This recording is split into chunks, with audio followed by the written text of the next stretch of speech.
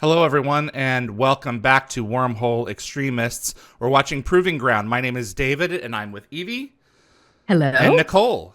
Hello, hello. And let's see what kind of trouble these newbies can get into. The cutest recruit who Yeah. ever recruited. They Not are that that's technically awfully incorrect, but yes. lucky to have SG1 doing this for them. You're talking about I pulling the know. command, the frontline team offline to do a training Exactly. scenario. This is the hardest pill Exactly. that I have to swallow with this episode. There would Yeah. be SG teams or mock SG units hmm designed for this purpose to ingest new teammates with the occasional Yes. Jack O'Neill or Sam Carter to drop in. Yes. And Agreed. that was my issue with this. However, I love the episode because we get to see them in Yeah. a teaching role, even though it Yeah. doesn't make sense, But from a Yeah. He's a financial really headcanon, scary perspective to pull teacher. them. my Yeah. headcanon is that they had like to stay. They couldn't go off world for a while. There was some extra repairs or stuff going on in the Yeah, base, so maybe. they just Yeah, maybe had they to. were They were like, just let's do doing They this. gate reassign them. maintenance. Yeah. Yeah. Yeah. There isn't really So anything to hang it on in the script, but that does work. yeah, that's true. A Redditor renamed this episode the one where the training exercise gets real, gets fake again, gets real again, then fake once more, and Minnie Carter was in on it the whole time. And then on Gateworld, the writer of the review reviewed it and said the one with the nesting dolls plot basically was what she called it, because Proving Ground has like layers of plots within That's plots. true. And also, I was going to say that this is a familiar Location? setting. It's the Yeah. yeah Yeah. the Port Main power station Yep, again. sure is. So we saw that in Tin Man, Watergate, and Beneath the Surface. Hey, if it ain't broke, don't And fix it. we just saw a little, I guess, a little hint there. Well, before this, obviously, that this isn't quite what it seems because there was that telltale red glow at the Yep. base of the weapon's handle, Yep. which kind of gives it away because we first saw these in Rules of Engagement. They were the go-to training weapons at Apophis's camp. Yes. And it also appears that the SGC has created a convenient pocket device that alters the user's voice to mimic a Guawul/Tok'ra. Yep. I'm not We gonna never lie. really see Hearing it again. Daniel doing Gaul this No, was we pretty hot. don't. I'm pretty into it. And they just all just let him take him out. Yeah. Yeah, it did. That's probably Also, Daniel's coolest moment Smoke in the off the show. barrel. yeah, Yeah. it Yeah. really is. Don't you guys find like some similarities between like the training scenario that they propose to the newbies kind of has some common threads with Desperate Measures because Mm, there was also a presence of a road Goa'uld and kind of like missing hmm team members. They may have been updating their training scenarios based on that. Yeah, So Yeah. maybe. More headcanon. I love this team. Me too. I love every one of them. I would have watched, a show based on them at least one season. Yeah. Not a problem. So I love Love Grogan this. continuing to get fired. Yeah, me too. Yes. He's the first one to go down, and then when he's finally out there in the battlefield in the Sentinel, he's the only one who lives. He's the only one who So, survives. yeah. Exactly. Exactly. Uh, So this episode does guest star Courtney J. Stevens as Elliot. So this is a role that he reprises in Summit and Last Stand. And he also returns as a village elder in the Atlantis episode Childhood's End. Karis. And he's had a bit of a varied career, including a 4-year stint performing as a clown in Cirque du Soleil. Yep. And recently Whoa. he's appeared in Frankie Drake Mysteries, The Boys, and even The Umbrella Academy. And also we have Grace Park, as previously Woo! mentioned, Satterfield. So this is her sole appearance within the Stargate franchise. Too busy but being a hot unlike, Cylon. which is kind of unlike the other recruits who sort of reprise their roles. And she's obviously, widely recognized for her roles as Sharon Valeri Bloomer and Valeri Eight. and Yep. And she was Sharon in Athena Hawaii. Agathon. She was in Yes. Hawaii Five-O as well. Woo. She was, yeah, she was in 168 episodes of 50 and 87 episodes of A Million Little Things, which is sort of more recent. And also we have David Kopp as Grogan. and he returns for the Sentinel, as previously mentioned. And Elizabeth Rosen reprises her role as Haley, but she's now a freshly graduated Air Force Academy person, and she now holds the rank of lieutenant. And Michael Kopsa also returns as Brigadier General Michael Kerrigan. Kopsa has passed away, and I didn't realize Oh, this until recently, but I would have loved to have had him on. oh So yeah, that would have been so Do we good. know how he passed away? I can find out, or I can try to find out. Mm. So this episode actually won Andy Makita, the Ah, director, a Leo nomination okay, for Best Director in a drama series. okay. Kopsa And died of a brain tumor. Oh, oh God, Yeah, awful. Oh, yeah, rest in peace, buddy. absolutely. Horrible. And this episode does actually share a couple of similar themes with the Star Trek Next Gen episode Lower Decks, which was also written by Ron Wilkerson. So in that episode, junior officers are placed in the spotlight as they speculate about the mysterious behavior of their senior counterparts. I think in many respects, this is a better Lower Decks type of episode than the other guys is. Those are the other aspect of the team, the Ah, scientists. These are the military side of it. that's a good point. They yeah. it's more serious. It's less comedic. In the Lower Decks episode, Mm. they all had a piece of information of what was going on the ship, and they couldn't Ah, talk to each other about it, which raised the stakes between them as friends. I right. highly recommend the TNG episode Lower Decks. It is good sci-fi, and it's not Okay. warm and fuzzy at the end. Ooh. But there is a great scene that Love buttons it some up. murky sci-fi It's where very it's not good. warm and fuzzy. Yeah, I'm not going to say anymore. Go watch it. Go. I think you'll be Okay, okay. surprised. Yeah, and Lower Decks is a great. I enjoy the series. It's good. I prefer Prodigy more in terms of the Yeah, animation style and the story. But right. yeah, there's nothing wrong with them trying to. It's got a few good laughs in it. So Okay. To bear that in I mind. love Courtney. Courtney, he's He's just so an good. amazing human being. Yeah. I haven't seen this episode in a while, but it is one of my favorite episodes of season 5, I think. So, I think it's like a sleeper episode. Like I Mm. didn't like expect to like it, but I do quite enjoy it. Well, if Courtney doesn't, because Haley is not at the center, she's off to No, the she's side, not. kind of pushing things around. If Elliot doesn't work, the episode would suck. It I'm really not gonna would. lie, like Yeah. he's in this one, and then he's in the Atlantis episode Childhood's End, and I love him in both. Mm, This Yep. guy can do mm. anything, and I think Yeah. he's just excellent, Yeah, and you should see him, when he's physically animated. I mean, his limbs are flailing. Yes. He's good. He Yeah, well, it that's totally what makes sense that he he worked with Cirque du Soleil. Yeah, well, that's where he excels. You can actually see some of his images from his performance in Cirque du Soleil on his Mm-hmm. IMDb profile if you're interested. Mm-hmm. It doesn't look like him at all. No, you know what? no, he I disappears. would have Very over the really top. enjoyed seeing like Elliot become like, Jack's kind of like work prodigy. Like I would have liked to see Jack kind of help him, mentor him to being, the best that he could be. I'm really sad with what happens to him because I love him so Yeah. much. I know. Yeah, I think he had a good arc, but it was He very did. It short. was so short. Yeah. Yep. So it's kind of fun to listen to Haley speak there because her outlook has like completely shifted. Like she's Yeah. moved from being really cynical to like embracing optimism. Yep. And someone on Gate World said that they appreciated that Haley's character had been given the chance to mature and become less annoying. Yep. Yes. Yep. She saw. For She sure. she understood the stakes. She Yeah. did. Yeah. Apparently this episode was actually running short, so the scene coming up with Jack and Sam and the Jello was added in after the fact. And I'm very grateful. This is a great scene. It really is is. fantastic. Well, Morena Kaufman in Gate World's review said that she was pleased to see Jack and Sam's effortless connection make a comeback. Yeah. And she pointed out that this scene showcased their familiar laid-back dynamic, which had been sorely missed. And I think that was a good 100%. comment. Just enough. Yeah. It's Morjana. And I haven't heard from her in years. I don't know if she's alive anymore. So if you're out there, girly, you contact me. So I hope you're okay.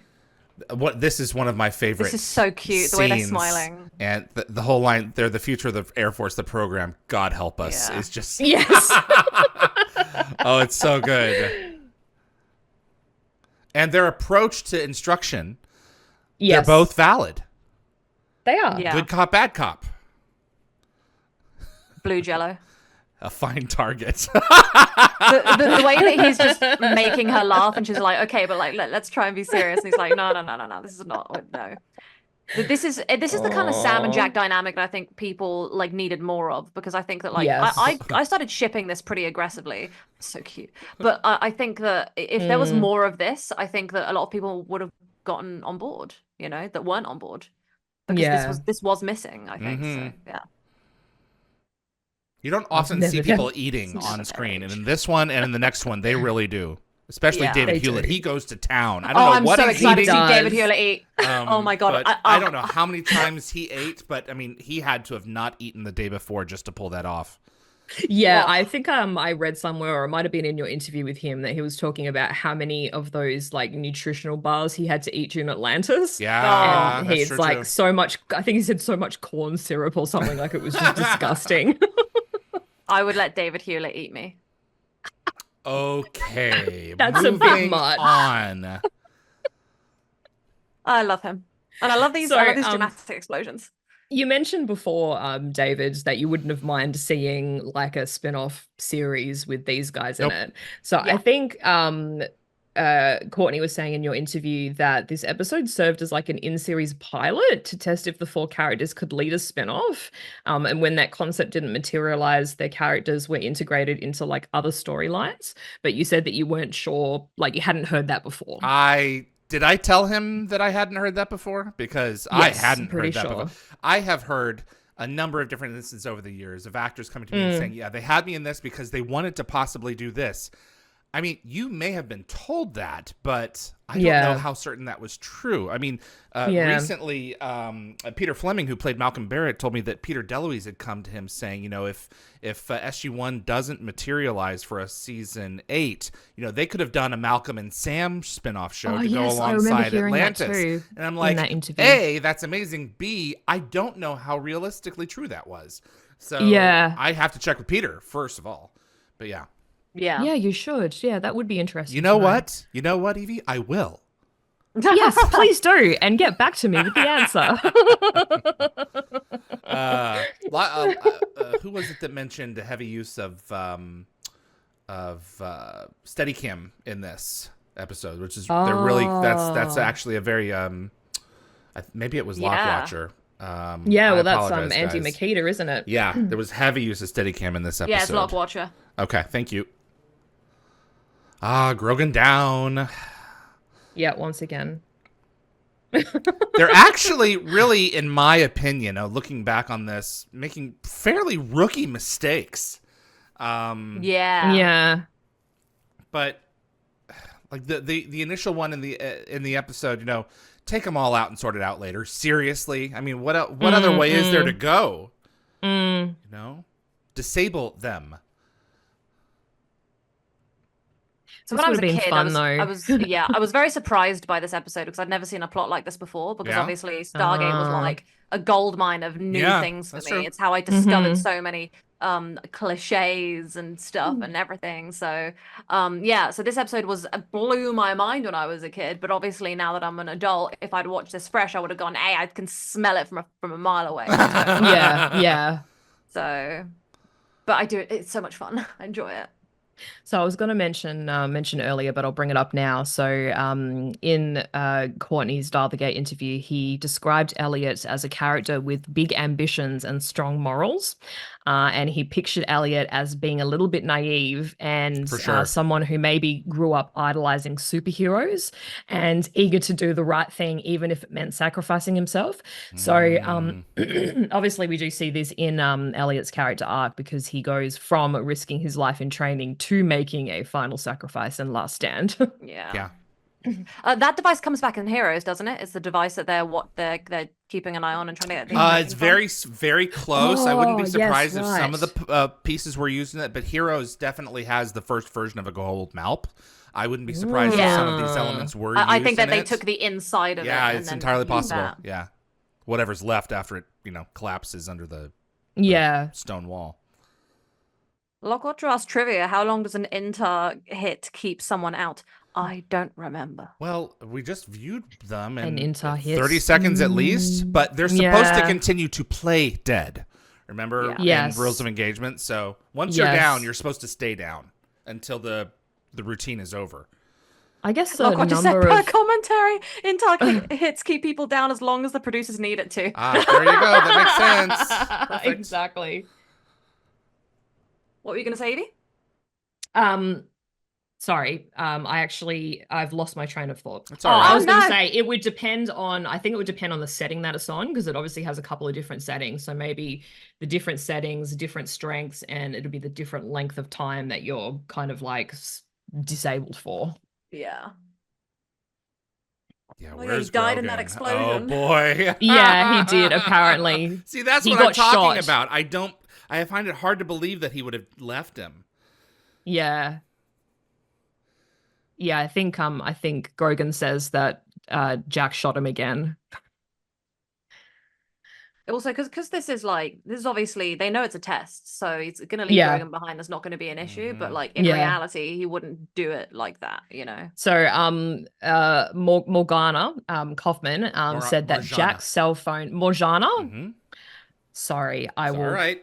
continue to butcher her name. I've even spelt it phonetically and I've still mispronounced it. I'm so sorry, Morjana. She said that Jack's cell phone was the first note of implausibility in this episode, and questioned the likelihood of him carrying a phone during a training exercise and not turning it off. But that's just her opinion. Yeah, but isn't this There's- planned? Like he's supposed Yeah. to get Right, a phone exactly. call, Yeah. That's what she's saying is that it's her first indication that it's fake. Oh yes. Yeah. Yeah. And considering how they just failed, I would not, take this team, it looks promising. Let's occupy the entire SGC, at least for certain levels, for a whole day. That's millions of dollars in their training. It really is. Yeah. It really is. And especially if they're not going to make it as well. Like, Right. Yeah. So we saw just Jack like exchanging the cartridges in his weapon. So it looks like they've modified their pistols to accommodate both the cartridges from the INTAR for training and standard live ammunition. So I guess this makes it more like interchangeable depending on the scenario. Oh, we know foothold. Uh-oh. Yeah, we do. God, this whole team is quite adorable. Like the younger generation of SG1, like in that 200th episode. Like these guys could have done a version of it here.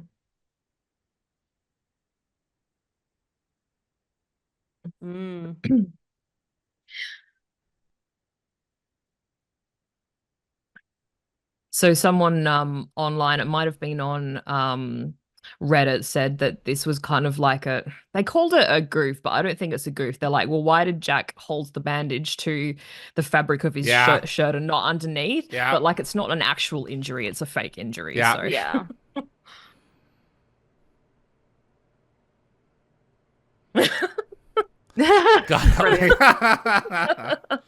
Oh, the You got face. Cylon on your side. You got this, boo. Yeah, you got this, boo. Let her find her strength, and you won't need anyone else. Yeah. Exactly. She'll take on the whole army. Ah, the good old Cheyenne Mountain secret hatch.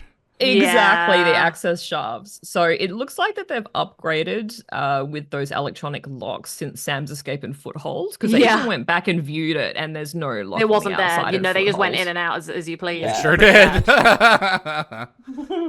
did. Story point.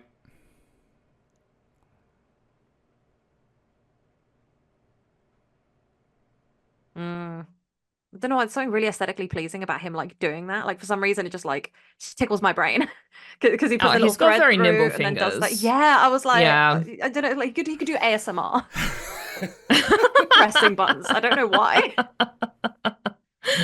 I'd watch it. Oh yeah, we could watch it together with some ice cream and some Oreos. Also, this is the first time that I think we're told that Carter's lab is like specifically on that sub level. Yep. Yeah. So yeah. That's a long way down that ladder.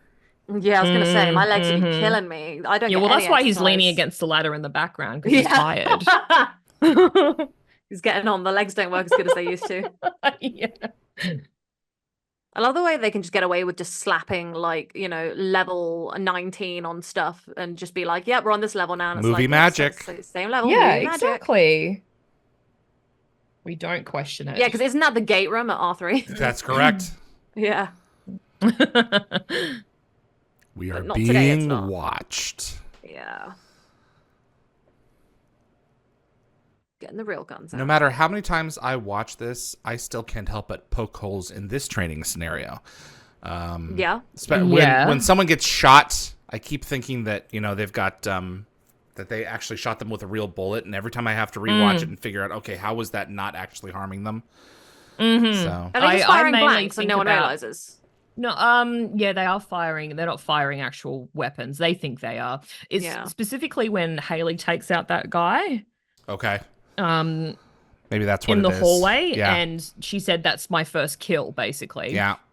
And that looks kind of real because he's got blood and everything, but you know, I'm assuming he's okay because they weren't actual weapons. They just thought they were. I feel like for the first kill, they wanted to make it extra dramatic, so they were like, let's put a Sure. blood I'd say in this so. guy.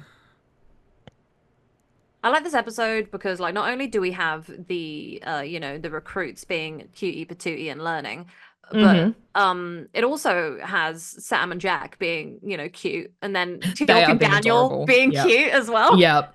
Oh, the whole thing over the phone. Good luck, Daniel. Oh my Here god, they that come. scene over the phone. He just kind of hangs up on him. Chemistry is exactly. so good. I love and that then so much. The It's window like of the best opportunity part. music starts playing when he's on the phone to him, That's and just to true. add that little bit of fun. So so much for that passwords. cheeky music. Yeah.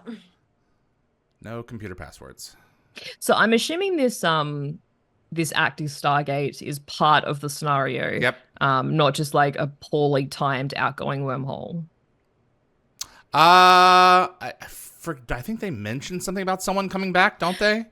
They do, but I think that's later on. Yeah. Because Jack calls one of them over the walkie-talkies or whatever. Yeah. And says, you know, get out of there. And that was because there was a team returning after there was you know, they were getting shot at off-world or whatever, and it was an emergency. Or Daniel going to go and pretend to be evil. It's so cute. Yes, it is. It's adorable. You know, like me and Satterfield have got something in common. We both have a big crush on Daniel Jackson. But I first thought, we got to save him. Like, yeah, boo. Of course. I'm with you. And then she like shields him with her body when she thinks that it's going to explode. So cute. It is. And then he gives her that little cute nudge to say thank you. Oh, it's so even cuter. I know. Oh my god. And she practically melts into a puddle. Yeah, love it. I'm realizing Grace Parks has great chemistry with everyone because, like, my favorite thing about Battlestar is like her relationship with Hilo and her relationship with Chief. So, like, she's just a great actress. Yeah, I love her with Hilo. Can't wait to see him in season 6. That's right. Yeah. Did you see my interview with him? Yes. Yeah, he was awesome. I watched it with my dad actually because my dad is a big fan of Battlestar. Okay. Robin Christensen, as I remember, she did actually shoot him with right bullets, cause the training thing went a bit wrong. Think Jack mentions it. Yeah, that's where I get confused. I don't think so. Okay. Let's wait and see, Robin. You might be right. Feel free to tell us we are fools when the time comes. Elliot's already suspecting something. Yeah, it's a bit smelly. I don't know. Yeah. They're conveniently avoiding everybody. Yeah. bit sus. They walked around that corner very Uh-oh. brazenly. They did, yeah. That was they weren't being very careful moves. at all. No. I would hate to be a guard in like any scenario. You're always one that's going to get like just, knocked off. No one wants to be a guard. Yeah, David DeLuise came on. He was like, I really hope they give me something more than soldier number 2. Soldier number 2.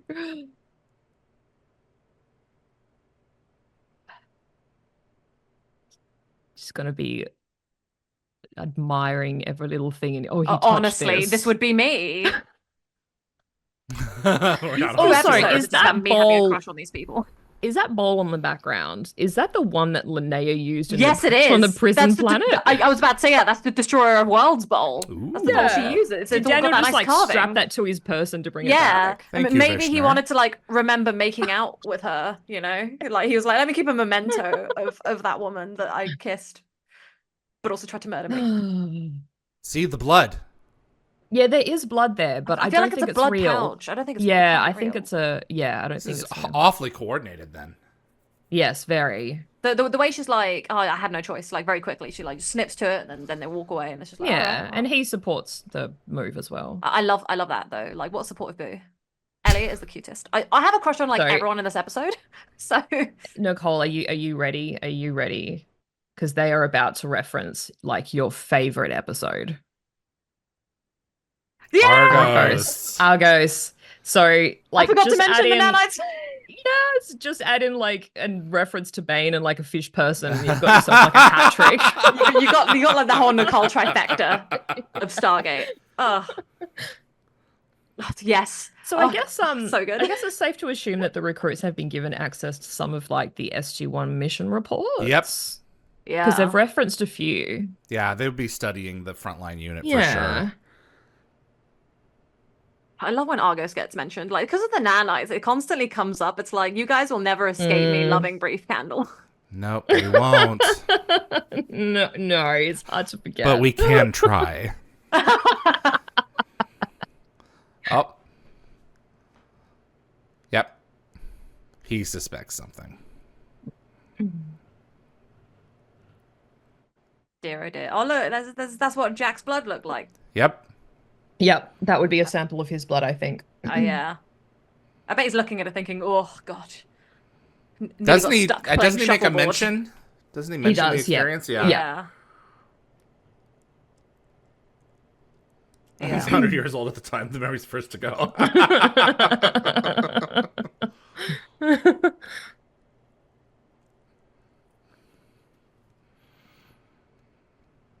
Gonna have to take out Daniel Jackson.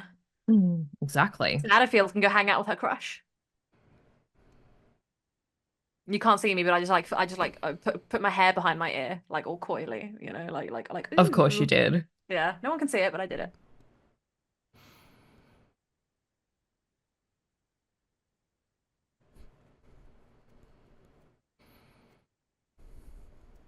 Another day at the office. Yep. I would not like the SGC to be in my office though. The amount of almost death that happens. Just yeah. Yeah, that really happens in insurance too. We have it nice and easy, Evie. Here they come. Now we know something is up. Mm-hmm. Ian said, I think it's Daniel that puts stuff on full power because he wants revenge on Jack. Does he? No, it's the other way around. Yeah, Jack tells them to put everything on full because power. he says that Daniel's had it too easy. Yeah. But if he wants revenge, I don't know if he ever gets revenge on Jack for that in a minute. But I don't think he does. But I'd love for that. I just remember they do mention that they do this from time to time, these scenarios. So yeah. They do, yeah. It's every couple of months or something.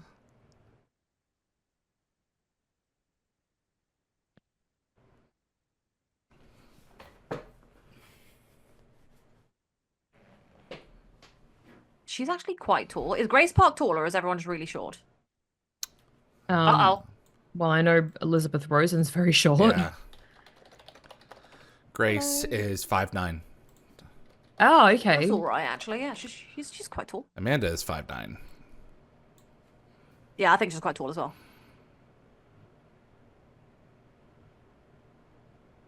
Nice.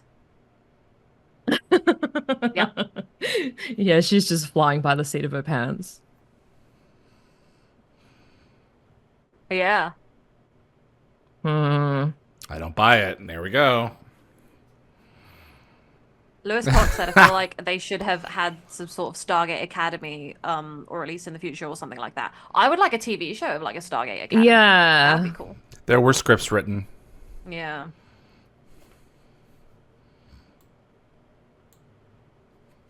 Oh, love that. Look at them remembering the past. Just being like, oh, lucky me, cute. Oh, yes, Matt. It's so. Look, I appreciate it now. Like they go way back to like last season, and it's cute. Yep, absolutely. God, everyone is so cute this episode. Well, just wait for this bit with Jack and Sam. Like, I can't. I'm like actually like just like losing it. This is hilarious. Whoops.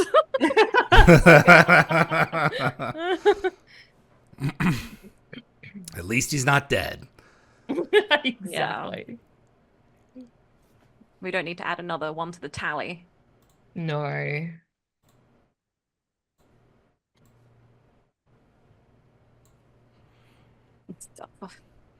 Yeah, you can't get her to do it. She'll give him a comfy pillow and really like look after him.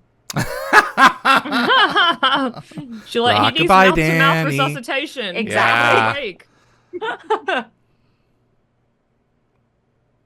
This is cute.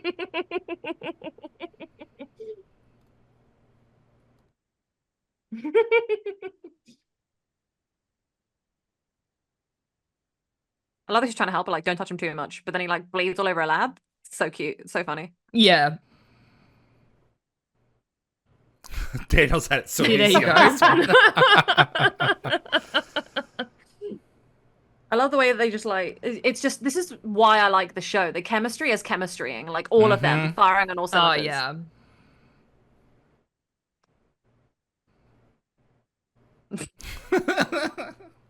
yeah. They're using the music window of opportunity. They just used it. Sorry, David. So it would seem that okay. Since Prodigy, Kerrigan here has been clued into the Stargate and the SGC within the past year. So probably as the program began like incorporating, you know, Academy graduates, I guess. Is he not a higher rank now? He's a colonel. Okay. I think. Yeah, so someone on Reddit said that no, he's a general. Anyway, he's a general. Someone on Reddit said he went from deep space telemetry to same wager as last time, George, like really quick. Exactly. Yeah, it's quite cute though. Yeah. So I just want to say, Michael Copser, rest in peace. You were fine. You were a beautiful man. Yeah. Like, wow. I feel like now that I'm older, I can appreciate the handsomeness in these individuals even more. My money's on Don. Yeah. Aww. Oh, these people are both like gone. This is so sad. I know. It is awful. We all gotta go sometime. So they did actually mention the off-world training facility in next year's budget, is what Hammond said. So I guess that's kind of like moving on that proposal from 2 years ago. They're from, expanding. Shades of Grey. Yep. Yeah. The program's getting bigger. And they just mentioned SG3 being a Marine unit, which was first established in Broker Divide. Yes. And their leader was a naughty boy. 50 Shades of Grey episode. Can't help but call it that. Comes out. Oh, this is so cute. I know. Yeah, because you're in the comfy chair. Look at Teal. What the great scenes coming up, guys. I'm excited. Yep, this phone call. So good with the window opportunity music. Yeah. Well, the slowly putting down the phone with no expression is like, and then the best shooting part. immediately after the time. This show has comedic timing down. It does. It really does.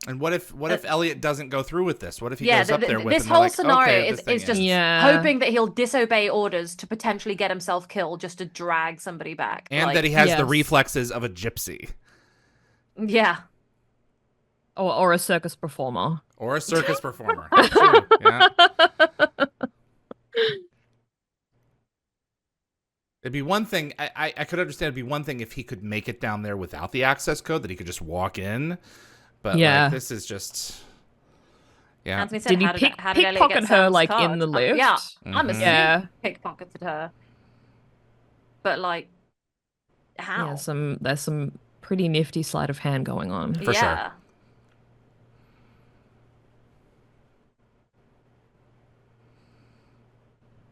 Like he's in the background just watching this, being like, "What are they gonna do?" Like he's like him and Hammond are probably just sitting there, being like, "Who's gonna win the big butts tonight?" Yeah, who's buying the first round? I like that he like looks. He doesn't really try very hard. He just, I'm ordering you, and then just gives up. The actual test here is to know, I guess, when to disobey your commanding officer. Yeah. I mean, I have all kinds of problems with this. Yeah, I think that all this is showing is like his integrity as like as a person who wouldn't leave people behind, but then like he's not going to follow orders. So it's like basically how much like SG1 can he be is the question. I suppose that's true. So I'm supposing that's a portrait of General Ryan behind O'Neill. I'm assuming. Yeah, so. maybe. Yeah, so this is what he was going in there for. He was going in there to shut the gate. It wasn't about Haley already being dead. But like they expect him to go and do all this and like go get her and show this much concern and do this. It's like So Courtney commented on this scene in his interview, mentioning that he was quite lean from lots of marathon training at the time and not super hefty and strong. So he said that you can even see Haley pushing up on her foot to help him like lift her off the ground. She's so small already. Yeah, she's tiny. He's so sweaty. He's like, oh, it's too much. They would have had to have ran out of that observation room, right down that elevator. There's a lot of things that... You know. So yeah, what I was going to say is that on Reddit someone commented on how this episode seemed to send the message that disobeying direct orders could lead to acceptance into the Stargate program, and it's sort of more of a notion that felt inconsistent with Air Force values. And they said that while SG1 often defied orders, those actions were typically justified, whereas this episode appeared to encourage insubordination as a standard. Yeah. And another fair gripe. Yeah, it is. And another fan suggested that the episode's portrayal of Jack's tough stance on recruits stems from his own self-criticism and inability to accept failure, compounded by his complex about leaving people behind, a reflection of his own past experiences. And they believe Jack is projecting his desire to be the perfect soldier onto his recruits, 100%. But ultimately he comes to terms with the inevitability of mistakes and recognizes his own arrogance mirrored in them. I think Joe Malozzi has called this episode one of his least favorites because he had concerns from it from beginning to end. And his main criticisms were that it doesn't focus on the show's main characters and features a twist that seems like too predictable for seasoned TV viewers. And Kaufman compared this episode to cotton candy in her Gate World review.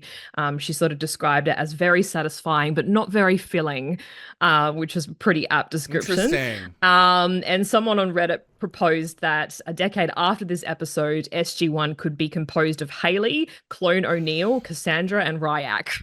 They sure could. And a lot of people have talked about that. Yeah.